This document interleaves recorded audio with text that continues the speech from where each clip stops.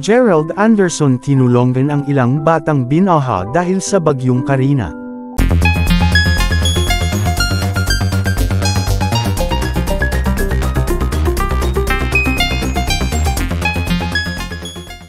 Trending ang ilang clip ng video habang isinasadya ni Gerald Anderson ang ilang tao at bata dahil sa lakas at hagupit ng bagyo na nasalanta at binabaha dahil sa lakas ng ulan na hatid ng Bagyong Karina.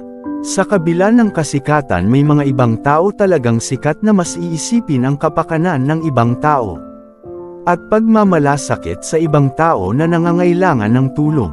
Nag-viral ang ilang clip ng video na ito dahil sa pagmamalasakit at ipinost ng isang netizen sa TikTok at naging balita sa telebisyon.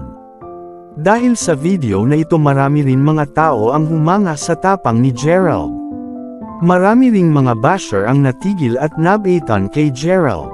Dahil sa kabila ng kasikatan, nagmalasakit pa itong magligtas sa nga taong nangangailangan. Maraming nga basher ang nawala sa ipinakita ni Gerald. Marami ring mga tao ang humanga sa kanya. Post pa nga ng isang netizen. Ang bait daw nitong si Gerald, parang superhero, giitbing ilang mga netizen. Marami ring ilang lugar ang binabaha sa ngayon at marami pa rin ang tao na tumutulong para sa mga taong nangangailangan gaya ni Gerald.